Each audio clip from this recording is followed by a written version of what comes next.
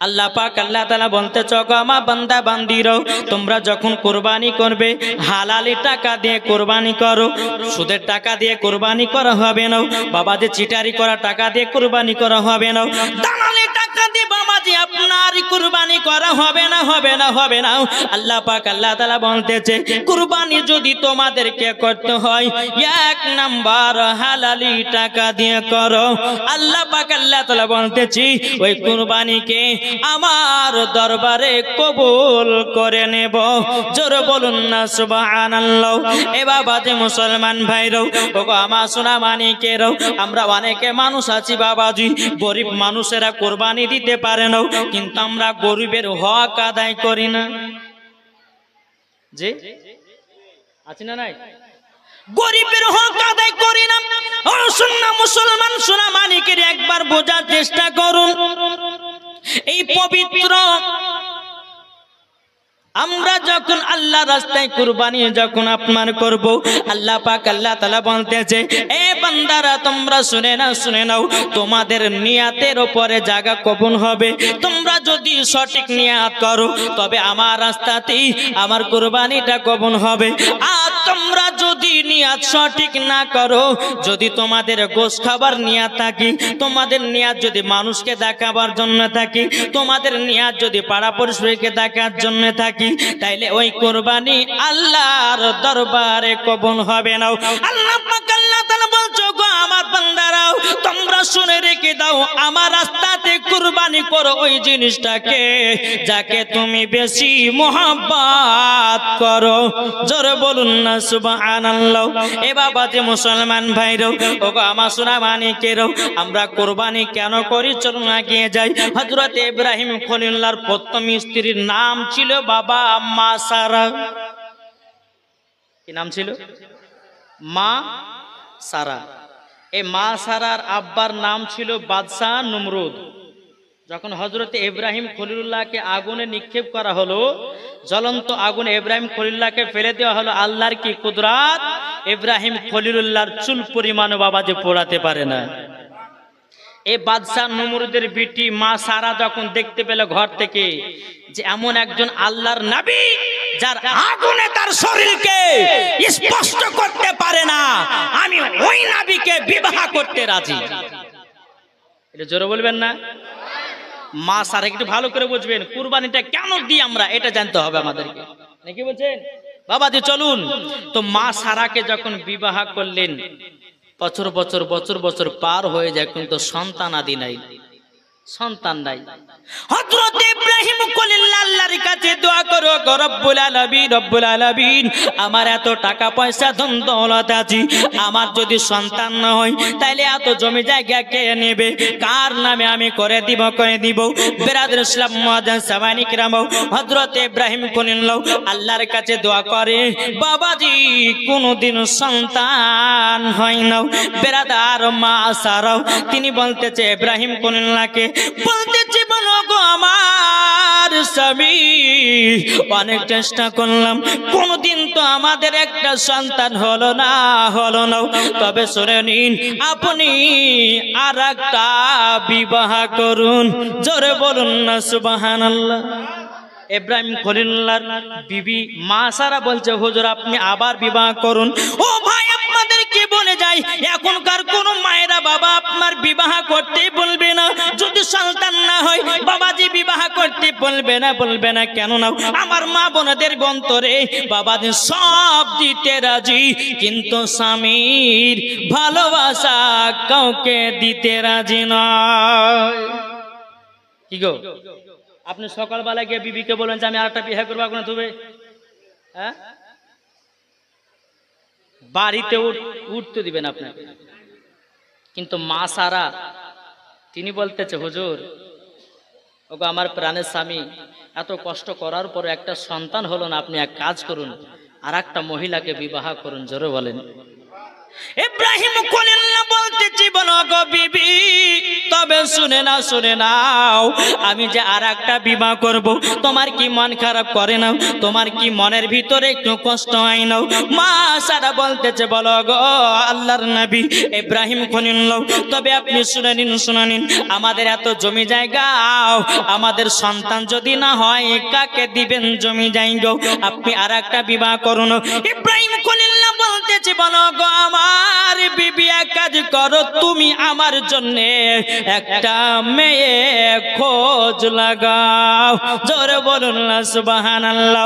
ইব্রাহিম খলিলুল্লাহর নিজের বিবি, বেরাদের ইসলাম মজাসামানিকরাব, নিজের বিবি আপনার স্বামীর বিবাহ দেওয়ার জন্য মহিলা বাবা চারিদিকে আপনার খোঁজ করতে লাগলো। বাবা খোঁজ করতে বাবাজি মুসলমান, লাস্ট পজিশনে একজন মহিলা পা গেল, তার নাম হযরতে মা হাজেরা। জোরে বলা যাবে কি সুবহানাল্লাহ। মা হাজেরার খোঁজ যখন পা গেল, বাবা বহুত লম্বা ঘটনা।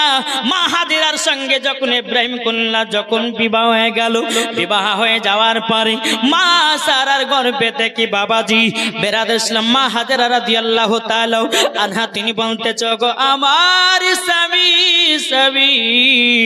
আপনি আমাকে বিবাহ করেছেন, তবে বলুন না আপনি মোহাব্বত আমাকে করবেন না আপনার বিবি আগার বিবিকে করবেন? হযরত ইব্রাহিম খলিলুল্লাহ বলতেছে, বলো বিবি, তবে শুনে নাও, আমি দুটা বিবাহ করেছি, এই কারণের জন্য আমার আগার বিবির কোনো সন্তান আদি হয় না, তার জন্য তোমাকে বিবাহ করেছি। আমি দোনো বিবিকে সমান ভালোবাসবো।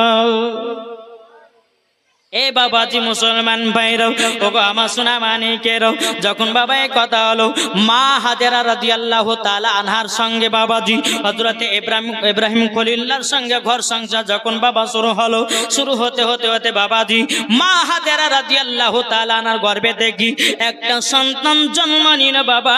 সে সন্তানটার নাম হলো হযরতে ইসমাইল। জোরে বলা যাবে কি সুবহানাল্লাহ।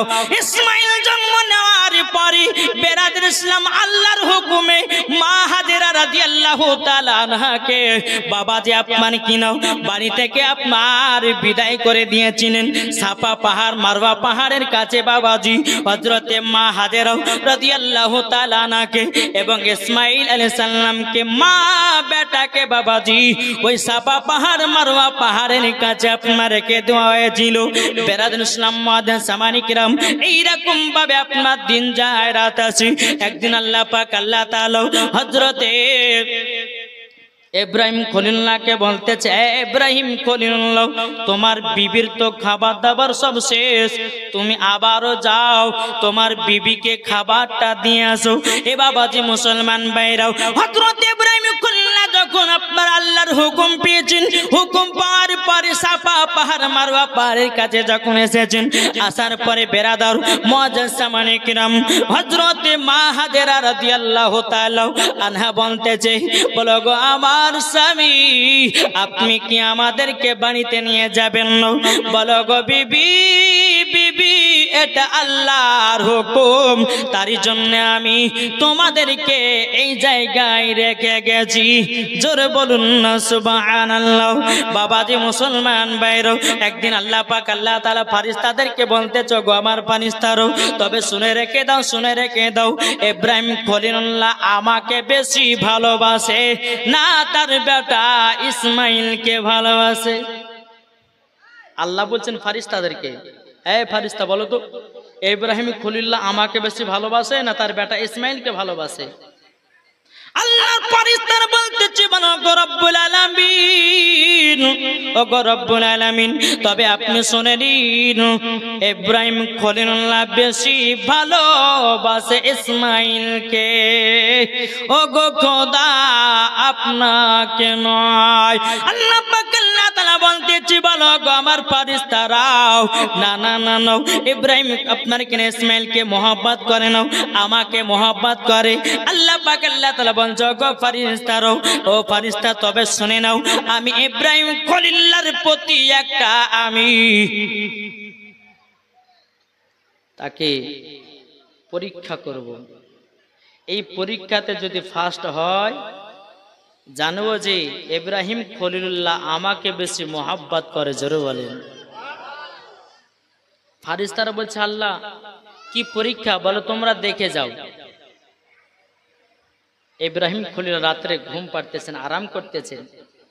আল্লাহ পাক আল্লাহ তাআলা বলতেছে, ইব্রাহিম খলিলুল্লাহ তুমি কুরবানি করো। সকাল হয়েছে, 100টা উট কুরবানি করলেন। জোরে বলেন। কটা করলেন? 100টা উট কুরবানি করার পরে আমার দ্বিতীয় রাত্রিতে ইব্রাহিম খলিলুল্লাহ তিনি বিছানায় আরাম করতেছেন। আল্লাহ পাক আল্লাহ তাআলা বলতেছে, গো ইব্রাহিম খলিলুল্লাহ তবে শুনে রেখে দাও, শুনে রেখে দাও, আবার তুমি কুরবানি করো। সকাল হলো, সকাল হয়ে যাওয়ার পরে বাবাজি 200টা উট কুরবানি করলেন। এ বাবাজি মুসলমান ভাইরাও, জিলহজ মাসের 9 তারিখে দিবাগত রাত্রিতে বাবা আল্লাহ পাক আল্লাহ তাআলা স্বপ্নের মাধ্যমে বলতেছে, ও ইব্রাহিম খলিলুল্লাহ তবে শুনে নাও, শুনে নাও, তুমি আবারও কুরবানি করো। ইব্রাহিম খলিলুল্লাহ আল্লাহ পাক আল্লাহ তাআলাকে বলতেছে, ওগো রব্বুল আলামিন আমি তো প্রথমবার 100টা উট কুরবানি করলাম, দ্বিতীয়বার 200টা উট কুরবানি করলাম।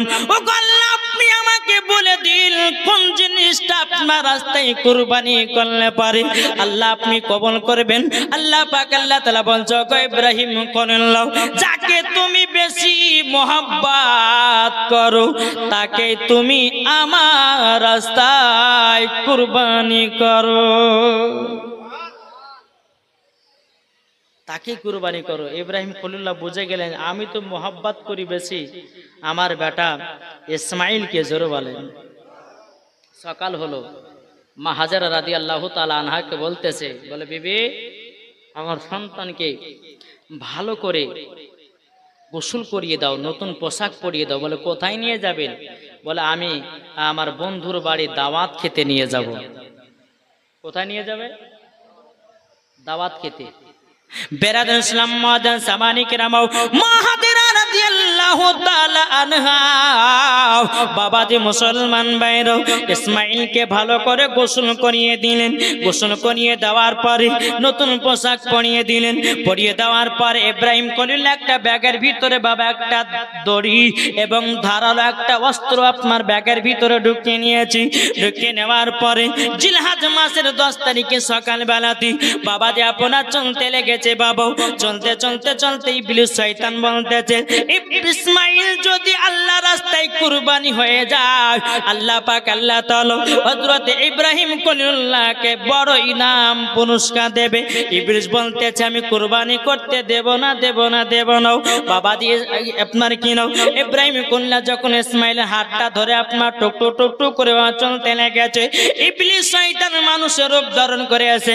মা হাজারা রাদিয়াল্লাহু তাআলা আনহাকে বলতেছে, বলে হাজারা তোমার বেটা ইসমাইলকে কোথায় নিয়ে গেছে তুমি কি জানো? মা হাজারা রাদিয়াল্লাহু তাআলা আনহা তিনি বলতেছে, বলে তবে শুনে নাও আমার স্বামী আমার সন্তানকে নিয়ে গেছে তার বন্ধুর বাড়ি দাওয়াত খেতে। জোরে বলুন না সুবহানাল্লাহ। এই বাবা নবী কোনেরা কোনদিন মিথ্যা কথা বলে না রে বাবা। বন্ধুর বাড়ি হলো আল্লাহর বন্ধুর বাড়ি। জোরে বলুন না সুবহানাল্লাহ। এই বাবাজি মুসলমান ভাইরাও ইবলিস শয়তান এসে বলছে, এই হাজারা তোমার স্বামী তোমার বেটাকে দাওয়াত খেতে নিয়ে যাইনো, মিনা মাঠে কুরবানি করার জন্য নিয়ে যাচ্ছে। মা হাজারা রাদিয়াল্লাহু তাআলা আনহা তিনি বুঝে গেলেন শয়তান আমাকে ধোঁকা দিতেছে, শয়তান আমাকে ধোঁকা দিতেছে। এই মামাজি শুনে রেখে দিন বাবা শয়তান কেমন ভাবে ধোঁকা দেয় আপনাদেরকে একটু বলে দি বাবা। যদি 5 ওয়াক্ত নামাজ পড়েন, আপনার বাড়িতে অসুখ আছে, আপনি 5 ওয়াক্ত নামাজ পড়ছেন, আপনার বাড়িতে বিমার হচ্ছে, আপনি 5 ওয়াক্ত নামাজ পড়ছেন, আপনার বাড়িতে কত রকমের বাবাজি ঝামেলা হচ্ছে। এই বাবাজি মুসলমান এটাই শয়তান ধোঁকা জানো বান্দারা জীবনে আল্লাহর ইবাদত না করতে পারে, কিন্তু আল্লাহ পাক আল্লাহ তাআলা বলছে ও বান্দা তুমি যদি এই গুলোকে মেনে যদি আরো নামাজ পড়ো, আল্লাহ পাক আল্লাহ তাআলা বলতেছে তাকে মরার পরে জান্নাতি বানায়া নেব। জোরে বলুন না সুবহানাল্লাহ। এ বাবাজি শয়তান এরকম ভাবে ধোঁকা দেয়, শয়তান বাবা আরো ধোঁকা দেয় কেমনে বলবো নাকি? কি গো, শয়তান ধোঁকা দেয় কেমনে? এই যে বাবাজি এই জায়গাতে বসে আছেন, বসে থাকার পরে মানুষ একটু ঢোলে না, অনেকে মানুষ বহুত শুনছি ইউটিউবের মধ্যে, চল বাড়িতে যা ঘুমাই গে, এটা শয়তানে ধোঁকা দেয়। কি গো, শয়তানে ধোঁকা দেয়।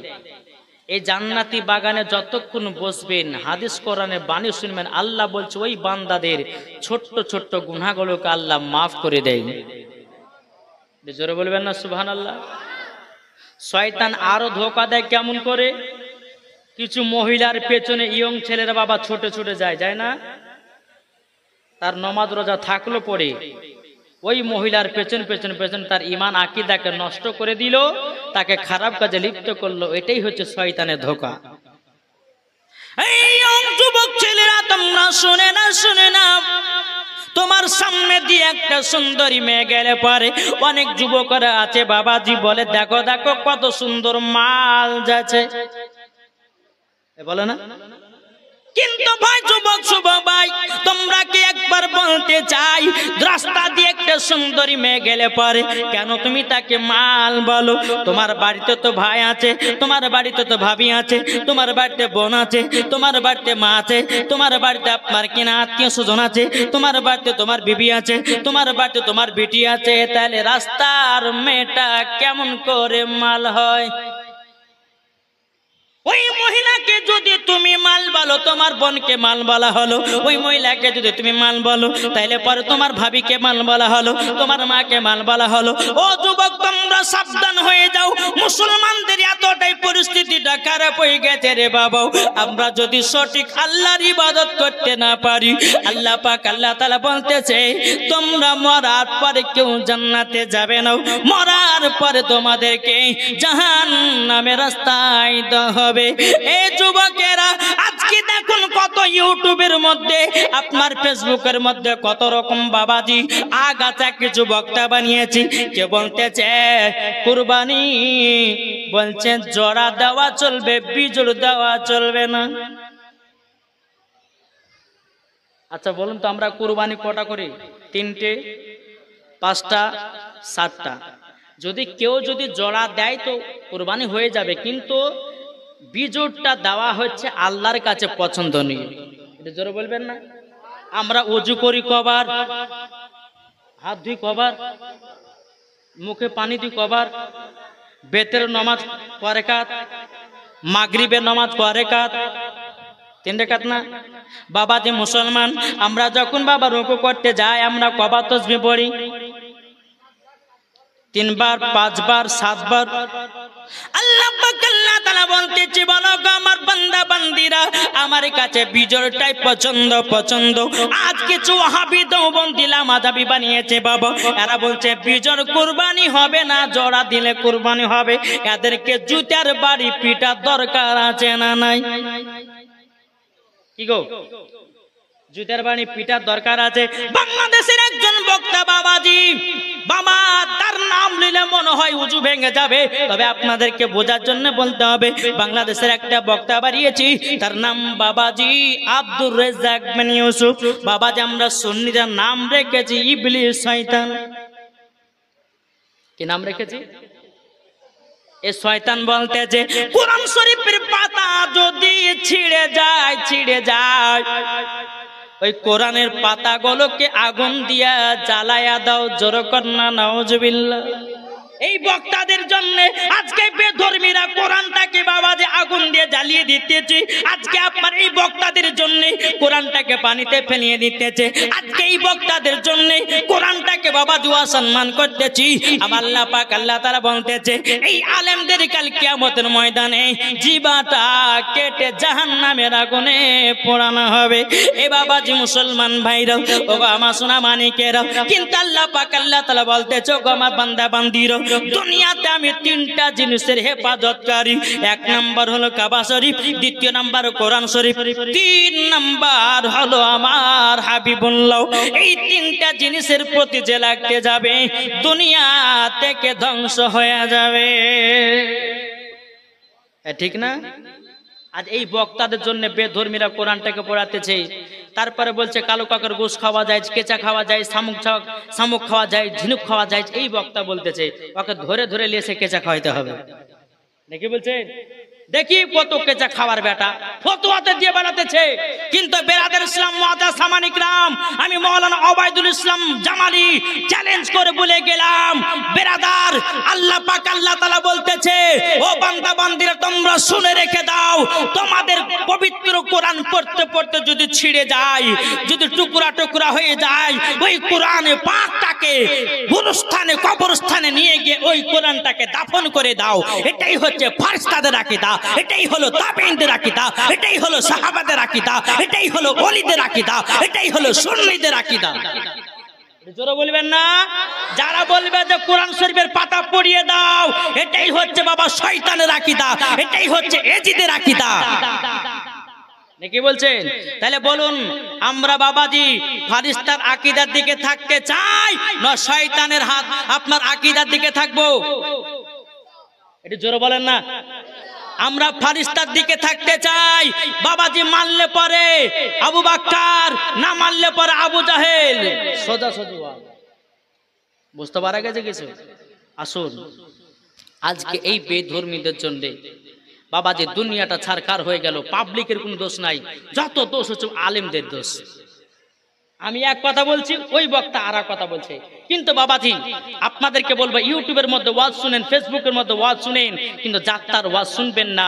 যাত্রার ওয়াজ শুনে ইমানটাকে নষ্ট করবেন না। জি, ওয়াজ যদি শুনতে হয় সুন্নিদের শোনো, ওয়াজ যদি শুনতে হয় সুন্নিদের ওয়াজ শুনে ইমান তাজা করো, মরার পরে জান্নাতি জান্নাতি জান্নাতি। জোরে বলবেন না সুবহানাল্লাহ? বাবাজি মুসলমান আসুন তাহলে বলুন আমরা সুন্নি হতে চাই? এটা হাত তুলে দেখান না, আল্লাহ খুশি হবে। আহা সুবহানাল্লাহ, আল্লাহ খুশি হবে। আল্লাহ বলছে ওই বান্দাদের হাতগুলো আল্লাহ যদি কবুল করে নেয় তো মরার পরে জান্নাতে জান্নাতে। জোরে বলুন। তাই কবে বলতে আছে, কে যাও ভাই না বীজের কাছে। জোরে বলেন, কে যাও ভাই না বীজের কাছে, এই পাগলের আরজি আছে, আমার সালাম পৌঁছে দিও। এই গরিবের কি বা করার আছে মাওলা গো, এই গরিবের কি বা করার আছে। আমরা মদিনা যেতে চাই কিনা একটু হাত তুলে দেখেন না বাবা। আপনাদের কি কষ্ট হয়েছে? জি, মদিনা মদিনা করি কিন্তু মদিনা যেতে পাই না। এসার নামাজ পড়বেন, পড়ার পরে আপনি বলবেন, কে যাও ভাই না বীজের কাছে, এই পাগলের আরজি আছে, আমার সালাম পৌঁছে দিও। এ গরিবের কি বা করার আছে মাওলা গো, এ গরিবের কি বা করার আছে। টাকা করি নাই আমার, শখ জেগেছে মদিনা যাওয়ার, মনের দোয়া কবুল করো। এ গরিবের কি বা করার আছে মাওলা গো, এ গরিবের কি বা করার আছে। নিশিরাতে কাঁদি আমি নবী তোমার লাগি, তোমার নামে দরুদ পড়ে যাব মদিনায়, তোমার নামে দরুদ পড়ে যাব মদিনায়। জোরে বলেন আহ বাবাজি। এই নাবি রওজা গেলে পরে কলিজা ঠান্ডা, দিল ঠান্ডা। তাহলে এই নাবিকে স্বপ্ন দিদার করলে পরে কত না মধু হবে। জোরে বলেন না। বাবাজি মুসলমান ভাইরাও চলুন বাবাজি আপনার কিনা জীবনের দিকে একটু এগিয়ে যায়। বাবাজি মুসলমান এ সোনামানিকেরও এদিকে বেরাদাত ইবলিস শয়তান মা হাজেরা রাদিয়াল্লাহু তাআলা আনহাকে বলতেছি, বলো গো হাজেরাও, তবে শুনে নাও তোমার সন্তানকে দাওয়াত খেতে নিয়ে যাই না। বলে কোথায় নিয়ে যাই? বলে মিনা মাঠে আল্লাহ রাস্তায় কুরবানি করতে নিয়ে যাচ্তেছি। মা হাজেরা রাদিয়াল্লাহু তাআলা আনহা তিনি বলতেছেন, বলো গো আমার, তুমি শুনে রেখে দাও, আমার হাজার ইসমাইল যদি থাকতো আমি আল্লাহ রাস্তায় কুরবানি করে দিতাম।